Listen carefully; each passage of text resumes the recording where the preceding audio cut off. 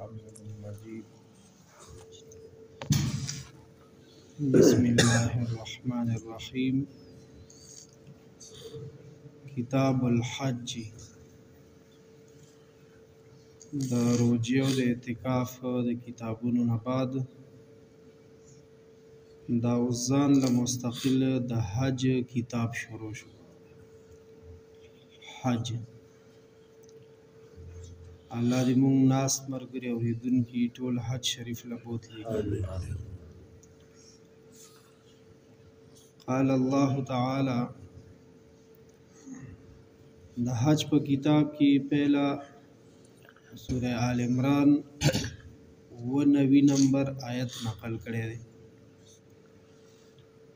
په دې آیت کریمه کې الله پاک فرمایلی دی ولله علی الناس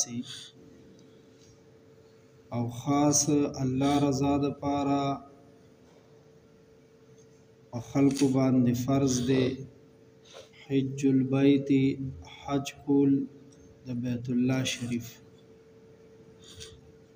خاص الله رضا د پاره فرض دی خلق باندې حج شریف د بیت الله شریف. من استطاع الیه سبیلا د چا چې بیت الله شریف ته د رسیدو د لارې وس او طاقت د چا چې بیت الله شریف ته د تلو وس او طاقت.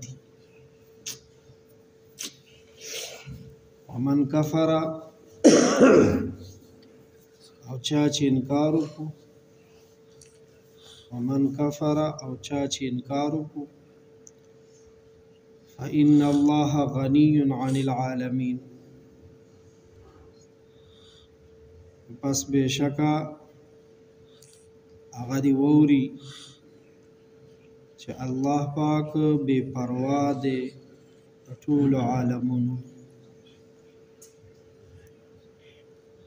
الله پاک هیچا ته حاجت نشته،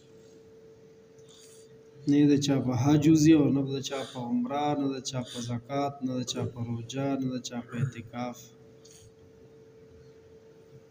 بندگان الله ته محتاج دي، الله چا ته محتاج نه دی.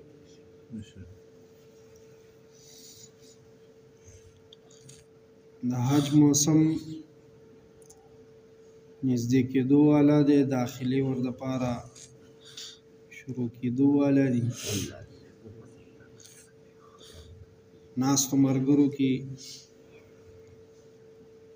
اراده خو هر کس وکړو، اراده هم نیکي میلاویږي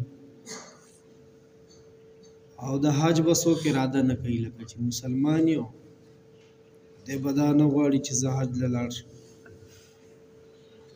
داسې بد قسمت او بد نصیبه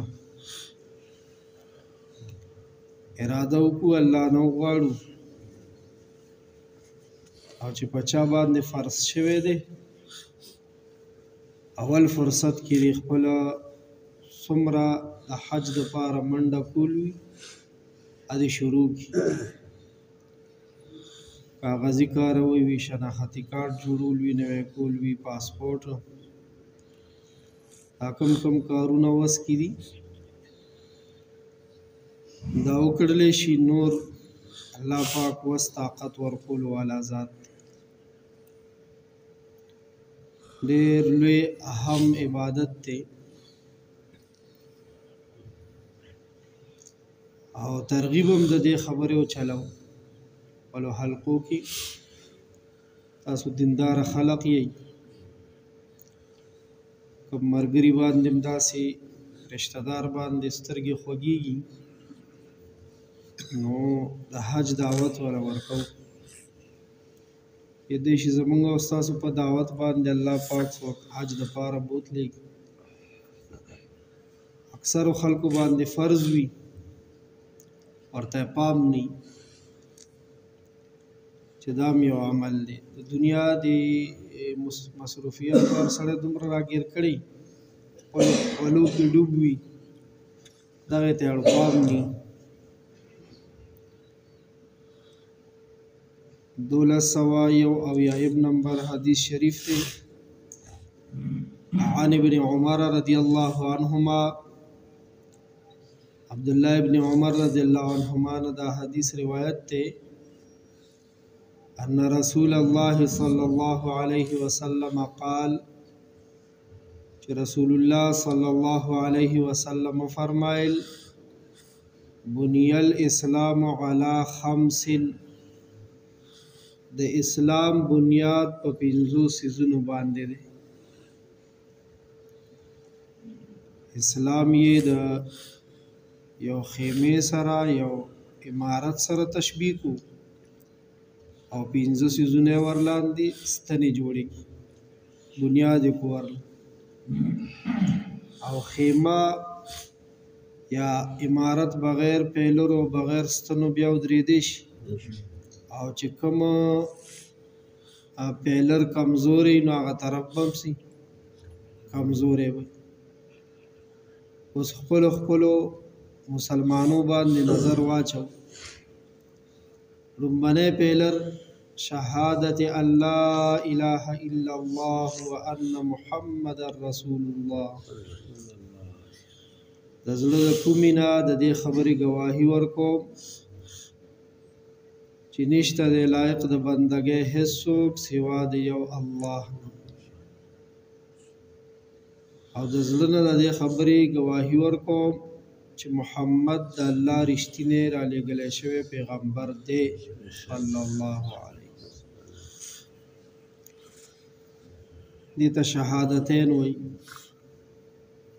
دا یو ستنه ده، دا خو بنیادي ستنه ده، دا خو ایمان دی.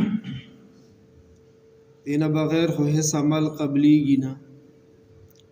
او دویم و اقام الصلاة منځ سیده کول. منځ سیده کول.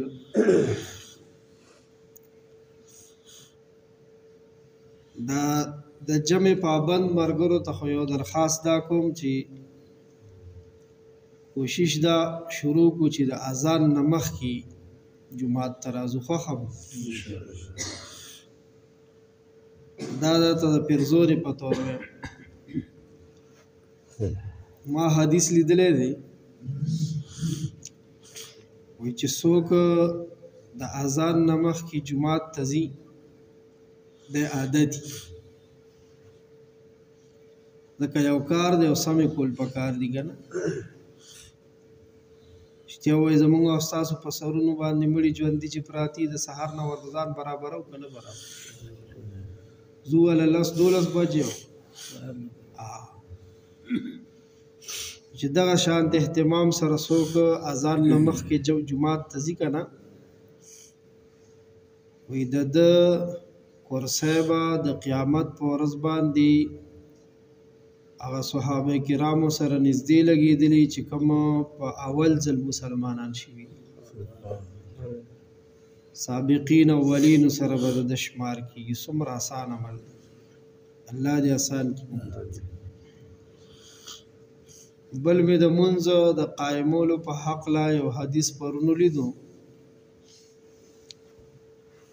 نبی علیہ السلام یو حدیث کې فرمایلی دی وی حضرت اسرائیل علیہ السلام نے تپوس کړی دی ته دا کسان څنګه یو مشرق کې وي یو مغرب کې وي یو شمال کې وي یو جنوب کې وي په یو ټیم یې سا لیکلی شوي دي پسې راسې څنګه. نو حضرت اسرائیل علیہ السلام ورته وایي ما له الله داسې طاقت راکړی لکه په پلیټ کې چې دانې مخې ته پرتې کومه راخیستل غواړم دا دنیا ما ته داسې کړې ده اسانه کړې ده.